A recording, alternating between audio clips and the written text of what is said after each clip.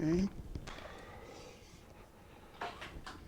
Let's go to this direction.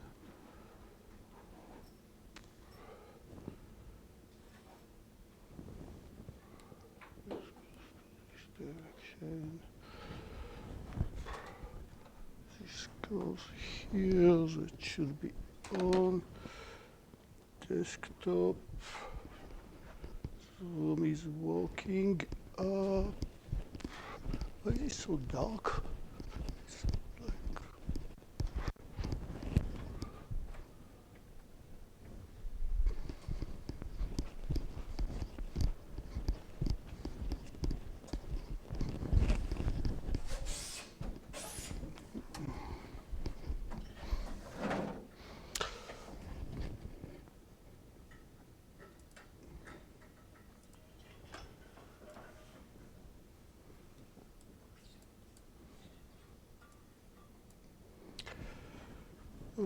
okay, Zoom people, me, all good? All good. Okay. We want to speak about a bit about homework 5 and then about the approximated Voronoi diagram and the well-separated pair decompositions that will come later together with a few different techniques of finding nearest neighbors in higher dimension and so on. But before that, wonder if any of you solved by themselves the following question. You have a set of squares or rectangles in general, and I want to find if there is a line that cuts all of them. That was a bonus question. In expected time, linear, order n time. Have any of you nailed it in your own, by your own idea, without external sources? Okay, and Zoom people don't jump either. So we had various ways to discuss how can I hit a set of segments. But actually, you have a new variant of this question of find a line that cuts a set of segments, S1, S2, S3, and I want to find a line that cuts all of them. Or you had the red-black points that you were asked to separate, kind of a vector machine. I have two sets of measurements, points that I measured, and I want to find a vector machine that will tell me I'm inside of the blue points or I'm inside of the red points. So I had to find a plane that form a good separation between them. So it's very, very well motivated questions to separate set of points. Now, when we discuss the original question, when we discussed linear programming, I had an interesting conversation with Min today, one of the students that asked me if the linear programming, we don't need to use duality. So let's think about it for a moment. Going back to the case of just set of blue points, P1, P2, P3, assume that the coordinate of P3 is x3, y3, and set of red points. Similarly, P10, P11, where the coordinates of P11, say, is x11, y11, and we were asked, find a line that separates them. You heard this question many times in various camouflages. Right, and how did we solve it with linear programming? We have to say to write for every point a constraint that would define about the line. If L is a line that separates them, and I'll write L as y equal ax plus b. And next, I will ask, how do I express that L is below P3?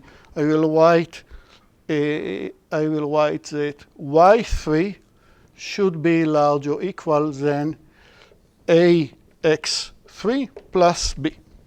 Right? You're all familiar with this. Right? Nothing new about it. And I'll do it for each one of the points that I expect to be above the line and each one that I expect to be below the line. Just with the reverse. For the right points, it will just be the reverse. But is this duality? Yes, of course. We didn't call it duality when we studied it, but what I'm doing here is just ask in the space of all the A's and B's, in the space of all the possibles A and B's, then this point defines a half plane, and so that the A, B that I'm after, the A and B that I'm after, should be on one side of this line. And similarly for the right points, that I need to be above them, and voila, that's it. So it's just another example of duality. We have various ways of duality, basically taking points into lines and lines into points. And that's where you see I'm looking for a point A prime, B prime, looking for a point A prime, B prime, the solution that will correspond to this line, such that this point is below the line. What is this line? The dual of this blue point. And similarly, I will look for the same point that is above the dual of this point. But the point that I'm after, A prime, B prime, is a dual of the line that separates this point. So it's all the same direction. So it was dual besides it. We didn't call it dual. OK, back to this somehow trick question. I want to find a line that stubs all the rectangles. And a natural attempt would be if if my line, again, L, which is AX plus B, if it stubs the rectangle R2, then maybe it stubs this edge. So I'll ask for this pair of points, are you above or below, and try to force L to stab this edge. But it doesn't work because L can stab a rectangle. L can stab a rectangle without stabbing this edge. Here is an example. Right. So I'll try a different edge of the rectangle, and I'll come up with the same strategy, just with the other edge that you'll try. Anybody see the solution? I did give you a very fat hint in the question. I said, assume that this line L checks the case that A is larger than 0. And then later check the case that A is smaller than 0. Anybody know? It is? If A is greater than 0, then it must go through the diagonal of the... You look at all the diagonals.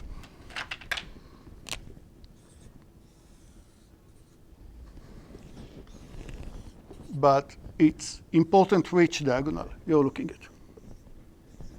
And you convince yourself that if L is going upward, then you cannot hit this rectangle without hitting the diagonal. And if I hit the diagonal, I need to be below the upper left corner and above the lower right corner. What should I do if I'm checking the case that A is smaller than 0? Same deal, except that now I will use a different diagonal. OK, so that was a bit of a trick question. Beyond it, we discussed most of the questions when we discussed the homework. The only other question was to ask for if I have a set of points, let's use these ones, and I'll give you an A. That's a question that I saw that actually my phrasing was not great, and you can solve it without my technology. But if I have this set of points A and B, and I'm looking, I'll give you, let's discuss the question in the version that I meant to, not what was written. Of course, you'll be graded based on what the original question said. But if I want to, the question was asking, I'll give you A again, of the line, ax plus b. I'll give you a, and you'll tell me b such that the line ab separates these set of points. The way that the question could be understood, and it's absolutely correct, is if I'll give you a, you'll tell me if there is any b or not, without telling me what is this b. But, and it's very easy to convince yourself that if you are just checking the two common tangents, there is one common tangent of blue and red. Here is another common tangent of blue and red. As long as a is anywhere in between, you can separate them. And as long as a is, say, smaller than the minimum of the two, you cannot separate them. You'll have to cut through one of the sets. So no matter what is a b value, remember, b just controls moving up and down. If you also want to report what is this b, you are going to the dual. In the dual, you are taking all these points and look at the hyperplanes. You are getting a convex hull. You see that every line must be in the convex hull. It's a good opportunity for you to remind yourself that finding lower envelope and upper envelope is a dual of finding convex hull of a set of points. And now inside this convex hull, when I get in the dual plane, what do I mean when I tell you A? I'm living in the dual plane now, so when I specified A, I specified the x value of a point. How do I know what is the right B? You need to do a search that by now we have seen at the beginning of the semester. If I'll show you a vertical line and a convex polygon, convince yourself that it's convex, but it's convex. If I'll show you a convex polygon and a vertical line, I'll give you the x value. You can tell me in log n time, doing binary search, what is two edges that the vertical line crosses the convex polygon, and give me any value in between. That would be a separate line. So it was OK, let's talk about questions about homework 5/6/midterm. Nada. People ask me if there will be homework 7. Probably yes. It's not that I have strong emotions one way or the other. There are syllabus sets that will have 6 or 7 things that will cover enough material that will give you a chance. And it's like there is no way to be polite to everybody, because people that had I'm dropping the lowest homework, but people that had 2 bad homeworks hope that there will be homework 7. People that had 1 bad homework hope that there will not be homework 7. So I cannot completely win this battle, but I think that in terms of the syllabus and what is left, it's justified that will be homework 7. It will be taken into account that you'll have less time and various other deadlines to fight with in other courses at this point. I'm not living in a vacuum. OK, we are moving to a bit points that I think that the contribution of computational geometry is much more important. One of these fields, as I mentioned, a topological analysis of data made a big revolution. You can take various courses with Josh Levine that makes a nice living from topological analysis of data. Other parts is geometric optimizations. Like line sweep, if I have a set of segments and I run line sweep, it gives me an it helps me go from checking an algorithm that runs in n square by checking all pairs of segments. N square takes me back to n log n plus k, or without k, depending what I want to do, which is important, but CPUs are fast. It's not essentially, it's hard to think about scenarios nowadays that you cannot solve the problem with the n-square algorithm, but your problem is now tractable. Practically, when it's n log n. That's not where the huge things are. The huge things are, to my taste, is that algorithms that could run in exponential time, but because we are willing to do some clever approximation, it suddenly runs in close to linear time. And there are several such examples. A lot of them are in the more advanced textbook. I'll refer to the much more advanced textbook of Sariel Arpeled that I'll take from I'll take the approximated nearest neighbor or some variant from it there. But it's advanced textbook, and I'm not require full understanding of what's going on in these chapters, in the relevant chapters. The works on approximated Voronoi diagrams with credited to several people, including little involvement of me. Usually Dave Mount, that also have fantastic notes on computational geometry, if you didn't find it. It's very nice class notes that he made. I refer to it. Dave Mount, fantastic guy, by the way. And he's from Maryland, and Area and Malanotos. And Sariel had various contributions, and it's still ongoing battle. So, given a set of points in higher dimension, we need a data structure, for example, to find the nearest neighbor, or the k nearest neighbor, first, second, third. Or am I living between two sets that are very relevant for me for studying the criteria? Like there is a new paper that tries to ask, how can I specifically find points that will help me train a neural network, because these points captures a lot of information. They are between the class of the red points and the class of the green points. How do I target these points in particular? At the moment, let's just assume that it's a set of points, and they all live in high dimension. You sampled several parameters of each person, more than 2, so it's not 2D. Need a data structure for nearest neighbors. Giving a query point Q, find the point of S which has a minimum distance to your query point Q. 2D, everything is simple. We compute the Voronoi diagram, or we build trapezoidal map that says essentially for every cell in the Voronoi diagram, every cell here is a segment that comes from pi. This segment, actually the half edge that comes along this segment, should say I'm on the face that the site pi defined. And the other half edge, remember, from the doubly connected edge list, way back in the semester. We took one segment, one edge between two faces, and we split it into two entities. One is on one side of the edge, another in the other side of the edge. The other half edge will say, I belong to Pj. That's my nearest neighbor if you're inside this face. Something like this will work as using the trapezoidal map.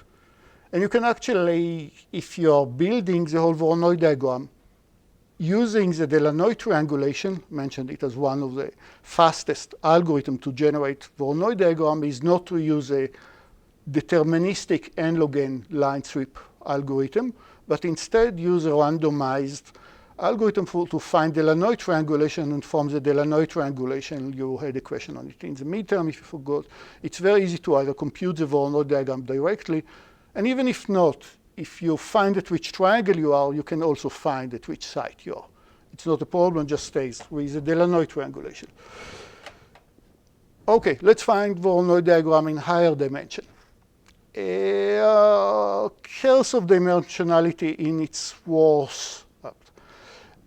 Not always, not for every set of endpoints in higher dimension, but for a set of points in higher dimensions, the Voronoi diagram might have exponentially many faces.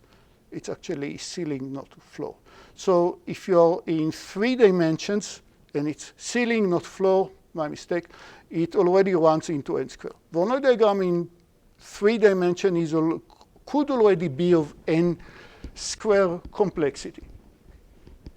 So, which is an issue if I want even to compute, for example, skeleton or surface reconstruction or anything that involves. It appears there, and of course, to get to this bound exactly, you really need to have the very ill-intentioned mind of theoreticians that tries to squeeze a war scenario. But it's not much better if you are just taking the randomized set, average set of points, real data. Sets of points, you are getting to very high computation, very high complexity of the Voronoi diagram. And of course, if you're going up from 3 to, you have more measurement for each person. You have 5 measurements, 6, 7, becoming completely unacceptable, bringing us to, of course, this. But without Phil, this meat project isn't going to happen. But I need the meat project. Then you need Phil. But we can't use Phil. Then you can't have the meat project. But I need the meat project. Then you need Phil. But I can't use Phil.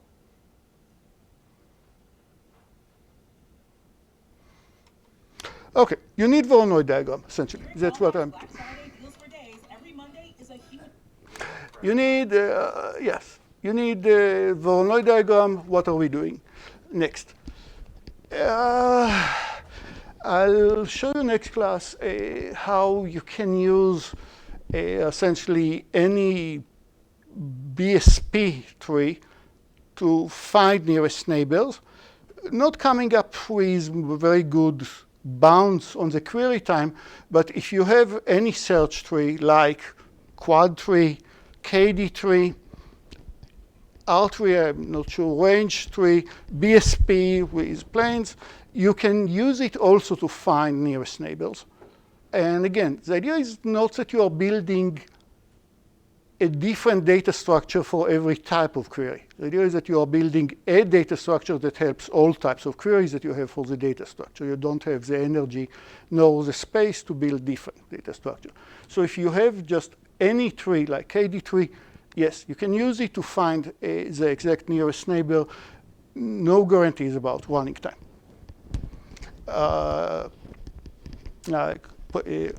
Professor Casasiagolo has a version of nearest neighbors that especially works well for proteins using similar ideas, and it works in practice very well. So it comes with good motivation.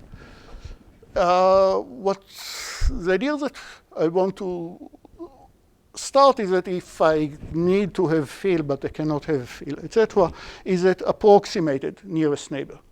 I want to know who is the nearest neighbor, but that I cannot have. So I'll ask my data structure to report, possibly, from my queried point Q, here is my nearest neighbor, P1, that's my nearest neighbor. Possibly my data structure will report P1, but possibly my data structure will report somebody else, P2, provided that the distance from Q to P2 is in the ballgame of the distance to P1. To be more precise, before starting to build the data structure, I told my data structure that my favorite epsilon is 0.17. That would be my lucky number. That's the error that I'm willing to suffer. Right. Error of 17% in the data structure I'm willing to suffer. So my data structure now is built now having this epsilon in mind. I cannot change my mind.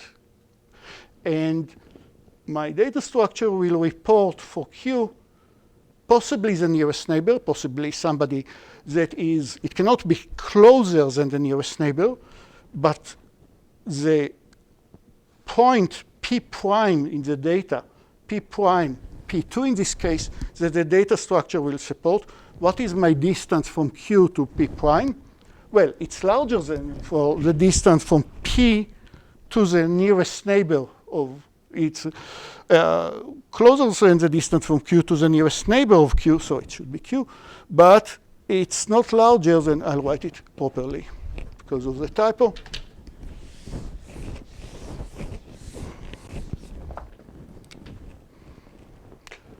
That Q, the distance from Q to P prime. P prime would be the approximate nearest neighbor. This distance, well, it goes without saying that this distance is larger or equal than Q minus the nearest neighbor of Q. But this is larger than this. Goes without saying, because by definition, I cannot get closer than the nearest neighbor of Q out of the data point. Q is a query, S is a set of points that I have all the measurements that I collected. But to be an approximated nearest neighbor, I will give you a different. P prime is approximated nearest neighbor if it's not much larger.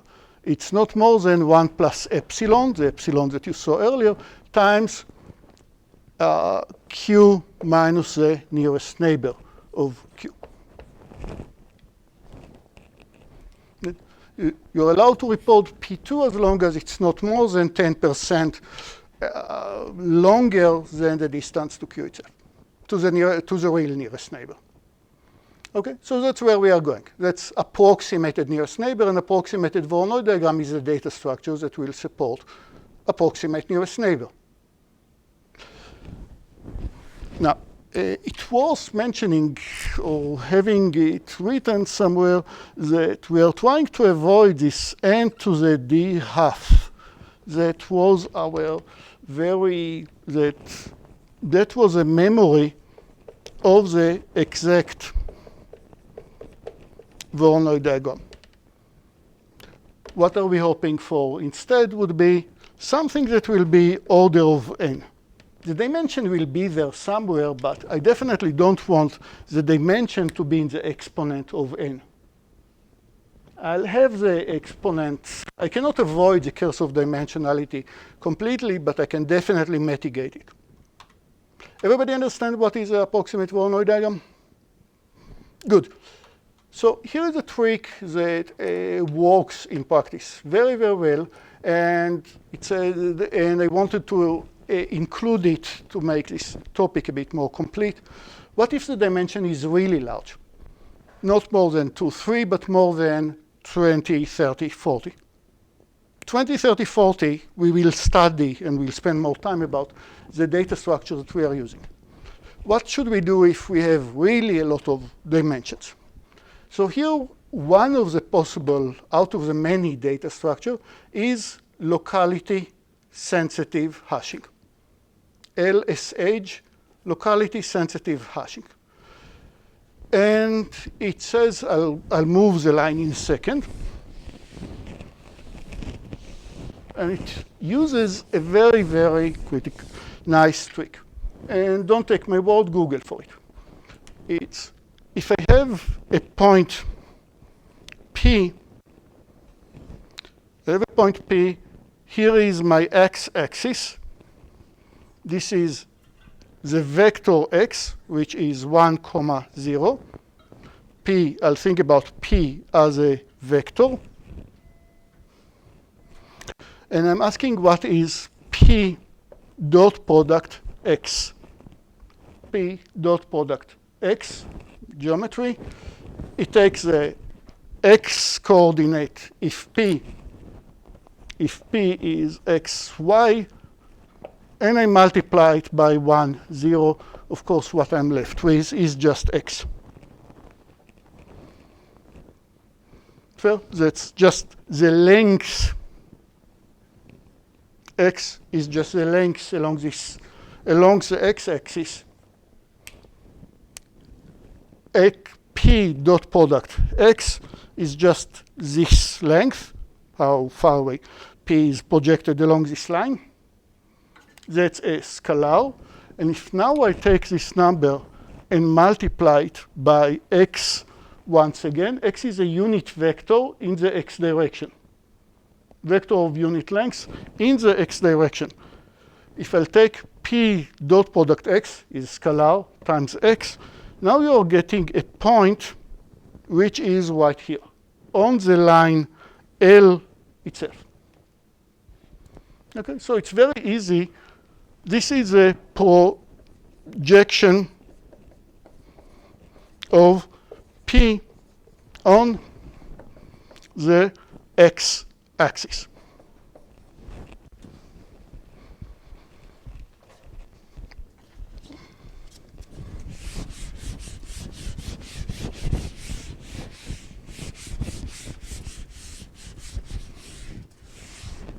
Okay, so, or in general, if I have a vector v, and v is a unit vector, length of v is 1, and I think about the line L, the line L that contains v and goes through the origin, 0, 0. There is no point of moving this line. You'll see in a moment why. So here is my line, L. This line is corrected by v times any possible scalar, just moving a point along this line. Here is a point P, and once again, I'm doing the same trick. P dot product v times v once again. V is a scalar. Which point do I get? I get this point. Let's call it P prime. That's the orthogonal projection. This angle is 90 degrees. Okay, so projection here in this slide just mean orthogonal projection.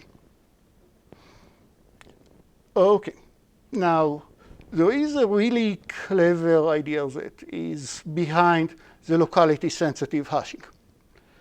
And the idea is saying, let's have some distance r in mind. Let's pick some value r in mind. As we'll see later, sometimes we'll keep a few levels of the data structure, like r very small, r larger, but let's have r in mind. And now I'll call point, I'll think about points like A and B that are close to each other, and the distance between them is, distance between A and B is 1. I don't know why I'm missing it, but I'll survive. Distance between A and B is 1.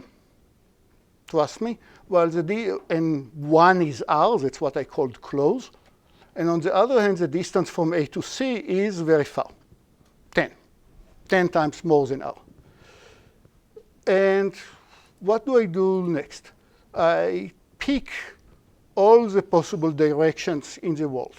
In 2D, I just have 1 parameters to pick at random. In 3D, I'll pick. In 3D, I have a 2-dimensional sphere to pick my direction. So I'll consider all the possible directions. And as I'm considering these possible directions, I project my points on the line. So you see at every instance, you see my 3 data points, A, B, C. That's not what I wanted. You see my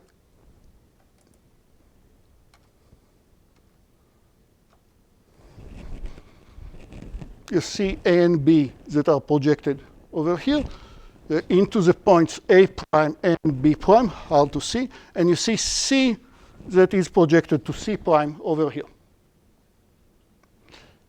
And now we want to say that being close to each other is much stronger property than being far away from each other.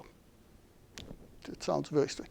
What do I mean by being close to each other is stronger property?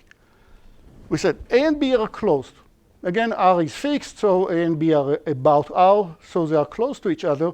And what is the distance between the projection of these 2 points? 2 points that are close to each other. I picked some direction to project them. What the distance are in the projection? Maximum distance will be when the line is orthogonal, is parallel to the segment, and then the distance between them will be 1, R, and every other direction it will be even smaller. So if they were close to each other ahead when we started, still in RD, in R2, then after the projection, they are still close to each other. So points that are close to each other will stay close to each other. What about A and C? A and C are far from each other, and you see some angles at which, like now, A and C, their projections, A prime and C prime, are now far away from each other. At some point I'll study. So there are angles like now when A prime and C prime, the projection of A and the projection of C are very close to each other. Despite again, A and C are far, far away, but I just pick a bad direction, and in this bad direction, they are very close to each other. It could be, but if you do the math, you see that if you pick a random direction, then for most pair of points, the discrepancy, the way that they were changed is not very large. That is, there is, if I pick a random direction, then without knowing anything about the direction of A and C, just because they are far away, then there is a good chance that their projection will be far away as well. Far away will be, for example, more than 3. You ask at all the direction, look at all its projection, it's just cosine, look at the path of the cosine, how many of them, which part of the projection brings A and C close to each other after the projection, which part keep distance of at least 3 from each other. It's much more likely to pick direction at random that makes them far, far away. Okay, that's the beginning for locality sensitive hashing. Where does this continue from here? It says, take the line and put buckets on it. That is, measure R distance, R, this one that we discussed, R that will define bucket 1, bucket 2, bucket 3, and so on. And after you project, you decided about a direction, project all the points and see who are the points in each bucket. And when you're looking for nearest neighbor, only look for nearest neighbors in the same bucket that contains you, or the near buckets. What? You will find false positive, but if A and B, as we said, are close to each other, then they either will fall in the same bucket or at most to 2 separate buckets, but nearby. But they'll never be in 2 buckets that are not neighboring, with a bucket in between. Make sense? So let's start to explain how to do nearest neighbor in higher dimension. If you need to do nearest neighbor in higher dimension, your first trick that you can think in mind is pick a direction of a line. If you know something about the data, then maybe random is, you can beat random. But if you don't know anything about the data, pick a random direction. It's very likely to work very, very well for all the points. I'll try to even highlight this claim.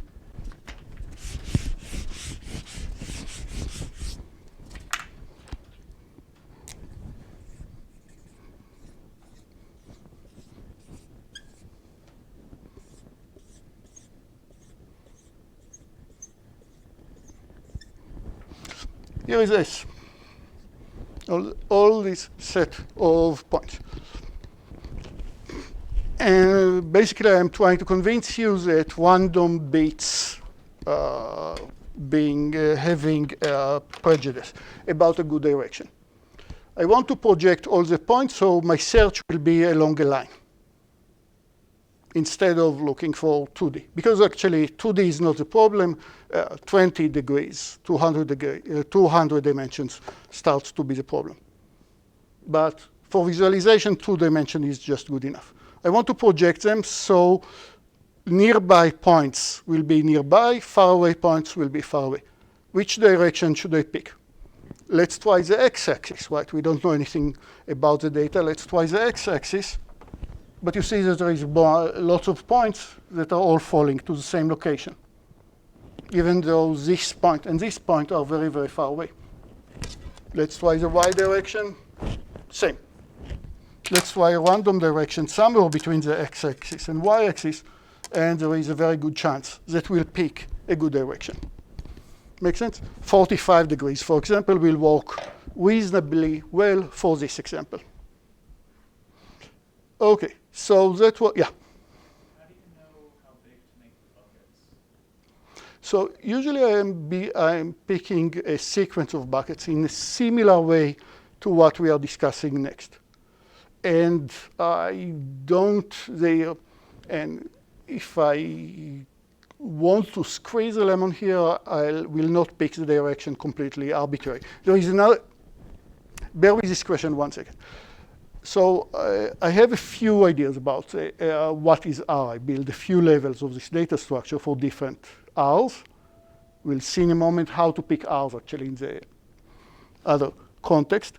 But what do I do with all the false positive? That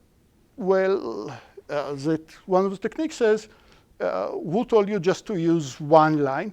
Pick another line, again with a random direction, and only if point is close on both lines, in the neighboring cells in both lines, then you will check them if they are in the same place or not. OK? So you'll use more than one line. The magic number is log D lines are usually good enough. It's just like picking a half plane of much lower dimension or half space of much lower dimension and project to this other half space. But the direction of this half space is random. And there are rules that suggest that you can do better than pick each direction completely independently of other ones uniformly. OK. We are diving a bit more into hashing. So a few very brief moments about how hashing works. So when we are talking about hashing, we have a big universe of all the possible. Before I'm using a hash table, I need to define what is a hash function. Before I can tell you what's a hash function, I need to tell you what is the input to the hash function, what is the type of keys. Are they alphanumeric? Are they just numbers? Are they images, and so on? So the universe is all the possible hash, all the possible keys. Well, if we are talking about all the student IDs, then the universe are everything that you can represent with 16 digits. The universe is huge. K is some set of items that we are actually store, like the points in the example. It's not proportional, much smaller than the whole universe. That's real data. And we want to put all the items in a cubby, each one in its own cell. And the hash function just takes every key. And for this key, it tells me at which cell of the cubby to put it. For example, let's do modulo 100 of my student ID. If I do modulo 100, I'm just using as a hash function the last 2 digits of my student ID. But it assumes here that if I'm using my last 2 digits of the student ID, that the number of cells, the number of cells is at least 100. So I can use my last 2 digits of the student ID as the hash index. It tells me where to put it. So key K1 will be stored at some of the cell, which tells the hash function of K1. Same goes for K2. Same goes for K3, K4. And sometimes I have collisions to keys. And it's unavoidable to have collisions. I will always have collisions. What I'm hoping, if the hash function is doing its job properly, is that I will have collisions with 1, 2, 3 other elements, not with all the other keys. That's the maximum that I can hope from the hash function. That's good enough for all preferences. That the number of collisions is not too large for every key. One way to solve collisions is take all the keys that collide with each other, keep them in a linked list. That's one of the solutions. Other ones that you have probably seen in 345, open addressing, put everything in the old table, and have a fancier hash function. It's not crucial for us, so I'm not diving deeper into it. So for us, solving collisions by linked list, it's enough. If the hash function knows what it's doing, we expect the linked list to be of constant size, 2, 3, 4, 5, and so on. Like the example that I like to show in 445 is how we return homeworks at the Technion, where essentially all the courses, all the students were either returning or picking homeworks from a copy that was marked 09 as all the way up to 9099. And all the students on all the courses, graders that finished grading, looked at a homework, looked at the ID of the student. The ID of the student, do mod 100. Mod 100 returns a number between 0 all the way to 99. And if the answer was 99, then the grader placed this graded homework at this cell. And obviously, there was other students that falls into the same cell, and there are other courses of the same students that fall into the same cell, and so on. A student that came and needed to pick their homework, if the student ID ended with 99, went to this list. And now, as long as, if you're talking about, let's make it 200 students, let's make it easy, 200 students times 3 courses, making it 600 homeworks to return, divide by 100, the average is 6. Right? 600 divided by the 100 cells over here. Does it mean that you didn't find empty cells? Obviously you did. That means that you didn't find cells with not 6 by 12 or 18 and so on. Obviously you did. But still the search time of going through all the homeworks was very short because it was a constant number in this aspect. There is nothing that creates a cluster of students all with the same ending of student ID, if the student ID is indeed a good indication. A few examples of popular, no, be good, hash functions. You can just take k and do modulo m. M is a table size. It works, from some aspect, it works better if m is prime, but from some aspects, it works worse if m is prime. M here is a size of the table, and computers like it when size of arrays is a power of 2. So it's less convenient, but it works better on other aspects if m is prime. Or I can take age of k, I can take the key, multiply by a constant, take an integer part of it, and again do modulo m. The modulo m, you'll always see it at the end because it makes sure that the number that you'll spit is a legit index. I need a number that I can put in the hash table somewhere. So I did an integer between 0 and m minus 1. A bit more relevant for us, sometimes my key consists of 2 parts, k1 and k2. And then my hash function might be, it's just a dot product, if you took any course with me, take some constant, multiply by k1, takes a hopefully different constant, multiply by k2, sums them up and do modulo m, once again. Okay, this way you can work with keys that are just not a single number, but pairs of numbers. It will be very relevant for us. Okay. Problem definition, once again, we went through this slide. I want to find the approximated nearest neighbor.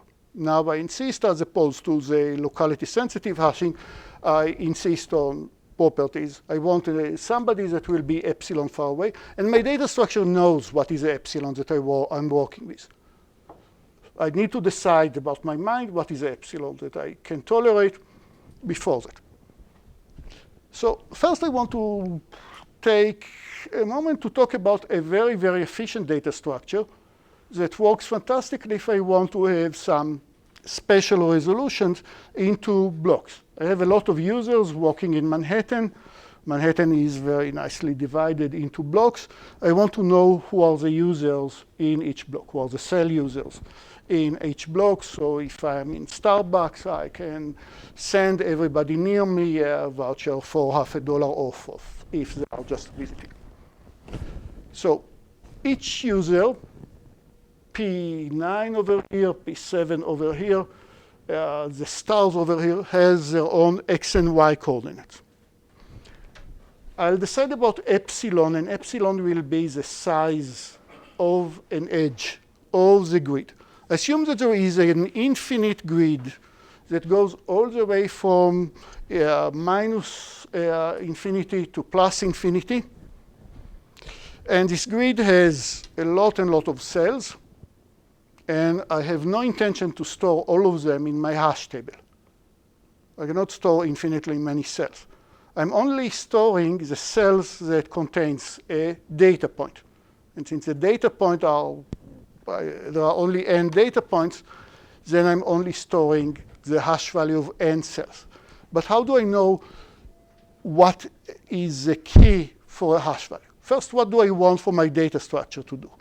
I want to be able to insert a point, a new user, a new star just added, and I know what is the x and y coordinates. And x and y is not the block number, notice. X and y is not the block number, it's just x and y, like latitude, longitude. Big float numbers. I want to insert the user in, hopefully, constant time.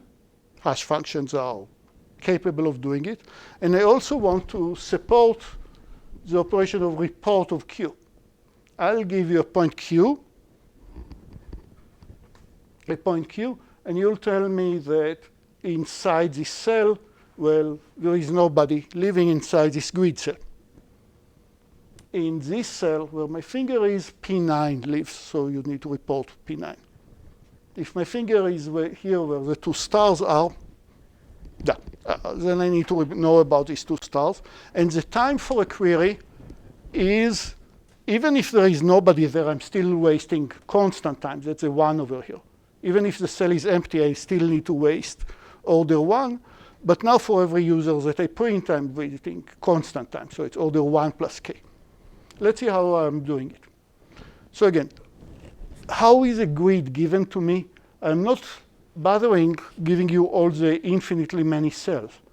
But I'm telling you that the lower left corner, or that the origin 0, 0, is one of the vertices of the grid. And more importantly, I told you what is the edge size of the grid. OK? And now, if you know what is the edge size, then every cell over here got a unique key. And this key defined by two numbers. Here is cell 1, 0, 2, 0, 3, 0. Going up, now it's a y coordinate, 1, 1, 1, 2, and so on for all the cells, from minus infinity to infinity. And now I need a tiny little trick to tell me how to take the xy coordinates of a point and figure out at which cell it sits. So when I'm going to store it in the hash table, let's remember that when I store it in the hash table, if I store pi, which is xy, yi, in the hash, I cannot use x, y, and yi directly as my keys. Like, sure, I can, but then I have no clue if two users live in the same cell or not. Remember, I want to tell you for a specific cell who lives inside this cell of the grid. And if I'll use x, y, and yi as the key, I have no clue how to simulate it. Actually, hashing will try to make them store far away from each other if it's a good hash function. That's exactly what you're trying to do. Instead, I'm looking at the first cell, cell 1, 0, and ask, what is the x value of anybody that lives in this cell? What is the x value of anybody that lives in this cell?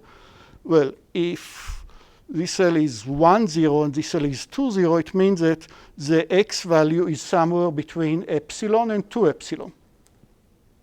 The x coordinate of anybody that lives in the first cell, or anybody actually that lives in the first column, is between epsilon and 2 epsilon. Everybody that lives in the second column, its x value is between 2 epsilon, but smaller than 3 epsilon. So I'll generate an integer by taking the x coordinate of the point pi, divide by epsilon. If you are living in the first cell between epsilon and 2 epsilon, then this value will be 1. Right? Because the x value is larger than epsilon, but smaller than 2 epsilon. Strictly smaller, so do it, divide by epsilon, you'll get a number which is between 1 and 2. And now we are taking the floor of it, it makes it an integer. Do the same for the y, because everybody in this cell, what's its y value? It's between 0 and 1 epsilon. So if I'll take the y value and divide by epsilon, I'll get a number between 0 and 1. Take the floor, you're getting 0 for anybody in this row. Anybody in this row gets its y value between 1 epsilon and 2 epsilon. Go back to the hash function that I showed you earlier that takes 2 numbers as a key, and that's your key. Right. So it doesn't mean that you don't know what is the original xi and yi, but that's not the key. The key is what's written here. Takes ki for the point pi. Take ki prime, ki double prime for the y. If you have more dimensions, and notice I'm talking about 2 dimensions, it will work perfectly fine in any dimension d. Doesn't care 1 bit. Barely notice the difference. But d dimensions, just do it for all the d dimensions, and do the dot product, multiply by different constant, and sum up, and voila, and this way you can find, you can insert this. And now,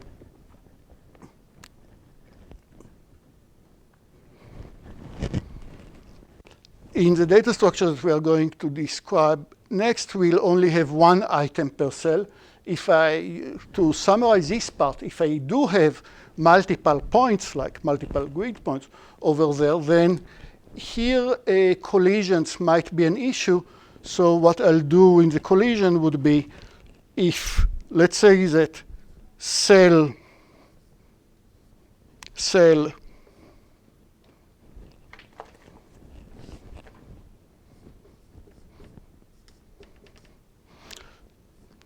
1, 1 and cell 5, 3 collides in my hash table. So I'll keep the cells in a linked list, because if my hash function knows what it's doing, it will make sure that there are not a lot of collisions. But I don't have any control. If I want to use it for multiple data points, I don't have any control that there are not a lot of data points in this cell. And if I'll try to keep the data points in the same linked list, then now I need to separate 2 possibly very long lists. And I cannot do it in the time that is proportional just to how many points there are. It will be also the time of the other cell. So instead, I'll just take the cell and add all the user 1, user 2, and so on, and so same for the other cell. So the way that I can find who lives in each cell is go to the hash table. Oh, restart. I'll give you a query point. I'll give you a query point q. You'll compute for q what is the k prime and k double prime for q. That's your key. Performing a query in the hash table. Find a linked list, hopefully of constant size. Check every cell in the linked list explicitly. Does it contain q? It's not enough that there is a collision in the hash. It needs to actually contain the query point q, and then just report who are the users inside the cell. So that by itself is a very nice data structure and very useful. takes, yeah. What if your query point lands in a cell that's like empty? So if you notice here, then it's a bit, if you notice here that it actually contains the lower end, but doesn't fill the upper end. If that's what you're using, then when it is 3, do I have collisions or do I not? If xi is exactly on the boundary of the cell, oh, I take it back.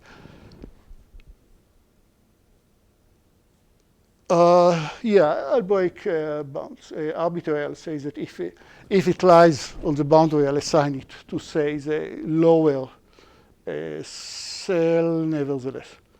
Does it make sense, or is there any cleaner algorithm that the cell contains the half of its boundary, but not the full boundary? I'm talking about like if a query point lands in an empty cell, like an empty spot. Oh, that's great. I found an empty cell.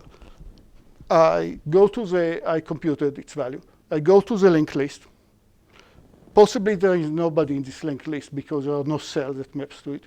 If there are cells that are mapped to it, it's just a constant number. I don't care about the number of users. It's the number of cells that collide. And for each one of these cells, I check explicitly if Q is there. I don't just use the indication that their hash value collides. I need to check specifically, is this inside Q or not? So, but is this not for finding the nearest point? No. That was a data structure by itself. We will use it coming up. We will definitely use it, but it's to take home message, take home trick by itself. And it's great. It works in any dimension. Remember, it's very easy to be intimidated by the huge number of cells. I don't care one bit how many cells there are. Almost all of them are empty. The size of the tables that I use, the rule of thumb is, the size of the table is twice the number of data points that you are storing in it, or the number of empty cells. Take m to be 2 times n, and you are more or less covered, no matter how many cells are empty or not. And it will work in any dimension, so it's really nice way to keep parts. And it's easy also to move people. If people are walking, it's also useful to easy to move them from one cell to another and so on. Question? Is the hash function output a coordinate of the point in the table? So I take the coordinates, but if I use the exact coordinates, the x of pi, directly as a key, then 2 points next to each other will be mapped to different locations. I want to make sure the 2 points that are in the same cell must have the same key, even though they have different x coordinate. So I distinguish between where the point is located, the xi, yi of the point, and the key of this point is not the xi, yi. It's this operator works on the xi, yi. Right. And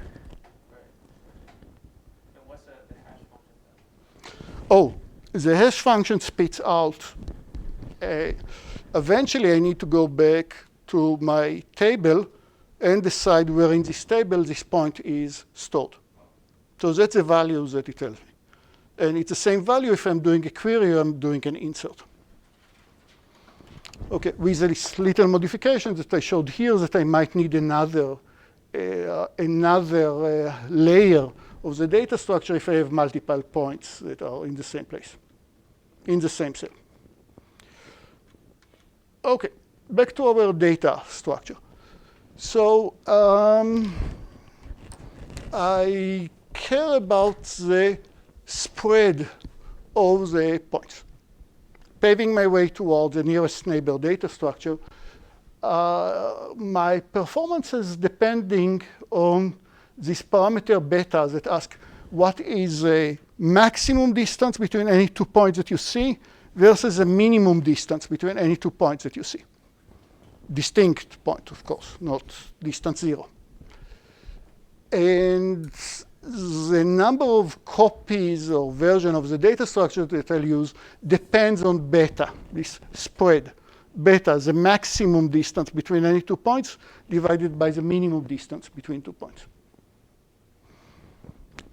And sometimes I'll prefer to assume that this data structure is bounded by a constant or polynomial in n. Sometimes I'll assume nothing. Here, assume that it's bounded by a constant, but this constant could be enormous. And this constant, this ratio, does influence the performances of my data structure, but not in a terrible way. It's what I'm going to pay is just log of beta out there. Not beta directly, but it's log of beta that I care for. So if my data structure starts from distance between points of kilometers, and I'm going down to different points which are 1 micron away from each other, then just to give you the fact that it's still bounded spread, but here I'm talking about 10 to the 10 cube meters versus micron 10 to the minus 6, 10 to the 9th is a beta, what I'm referring to, but I'm only paying log of beta. So it's acceptable, and that's already a very large spread of information between maximum distance and minimum distance. Okay, so it's not unreasonable to assume that the spread is a constant, even though a huge constant. Where else did we saw something that depends on beta? That its performance, size of data structure depends on beta? Quad trees. Right? If I have quad trees, that's an excellent example. We are going down until we separate the smallest trees. And we are going to visit again quad trees when we'll talk about well-separated pair decomposition that in turn depends on the spread. OK, so here is Q. Q is the red point. And I have a lot of data points. And I want to find who is the nearest neighbor for Q. And I'm going to describe an algorithm that I'm going to change my mind about this algorithm very fast. But I want to tell you what is this algorithm. I'm going to put on every data point a disk, the same radius of all the disks. All the disks have exactly the same radius. And I let this disk grow up. I let this disk grow. To start with, Q is outside all the disks. And as I keep going, at some point, one of these disks hit Q. And I'll say the center of the first disk, F in this case, since all the disks have the same distance, and since one of them just hit Q, then the distance from Q to F is exactly this radius, 1.03. And since Q is outside the rest of the disks, then the distance from Q to any other point is, any other data point is larger than 1.03. So who is my nearest neighbor? So far, it's exact nearest neighbor, nothing about approximated.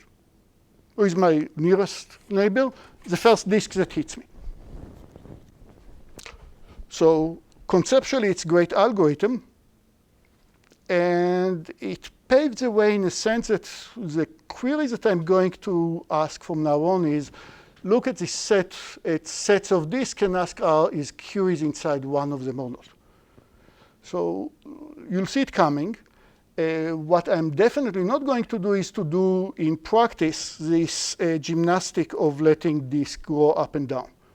It's not very efficient, and if I'm trying to keep track of what is a union of the disk or any type of changes, there are lots and lots, well, exponentially many changes out there. So that's not what I'm going to do. But remember this intuition. The first disk that hits Q, the first disk that hits my query point when they all go up, is the nearest neighbor. The first disk, when they're all going up but all of the same size, the first disk that hit Q is the nearest neighbor of Q, not approximated. OK. So our plan from now on is to say not all the sizes of disks are equally important. That would be one level of approximation. And the second level of approximation says that disks or ball in higher dimension is not a friendly shape, and I want to approximate this disk by something else. So I'm not going to check all the possible radius of disks. I'm going to use an extremely useful trick, helps us in many algorithms, and I'm going to say the smallest distance is 1. I'll say that 1 is the smallest disk. 1 is a minimum distance between any 2 points, nearest neighbor, that I want to worry about. Okay, 1 is a bare minimum that I can get. 1 like 1 meter. Epsilon is what you told me, the epsilon value. The epsilon is what you told me as the error that you want to, willing to tolerate. And instead of doing all the disks, I'm going to just generate a set of disks.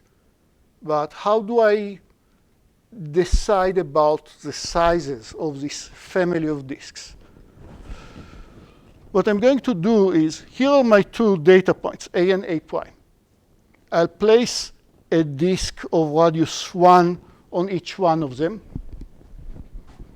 Let's see if I remember the shortcuts.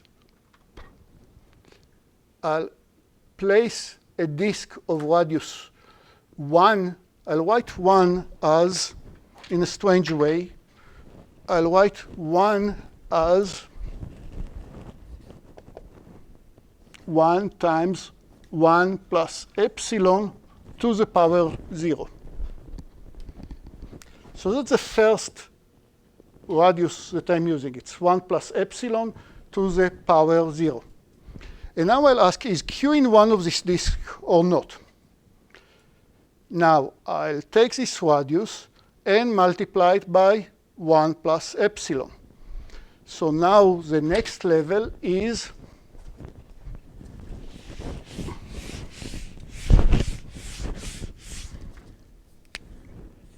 of size 1 plus epsilon square. 1 plus epsilon to the power 1. The next radius would be 1 plus epsilon square, 1 plus epsilon cube, dot, dot, dot, dot. How many dots do I need to add until things cover, until my disk covers the whole set? How many points do I need to cover until my disk covers the whole set? I just need order of 1 plus epsilon to the order log beta.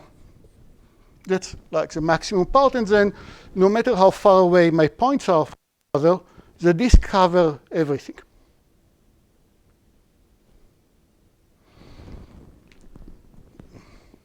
So if I have this set of disks, and I'll check if Q belongs to any of them. That's our first plan. And what should I do if, here is my set of points. I'll place even the biggest disk that I can on each one of these points. And here is Q. It's none of any of these disks. Who is the nearest neighbor to Q? Who is the approximate nearest neighbor?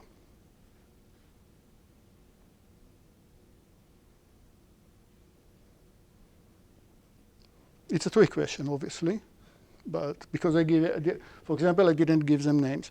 But these disks are huge, and Q is outside all of them. What should I return as a yeah? At this point, it's indeterminate because it's indeterminate, but you have a lot of freedom of whom are you going to answer. you could just return the first one. Any of the points it will do.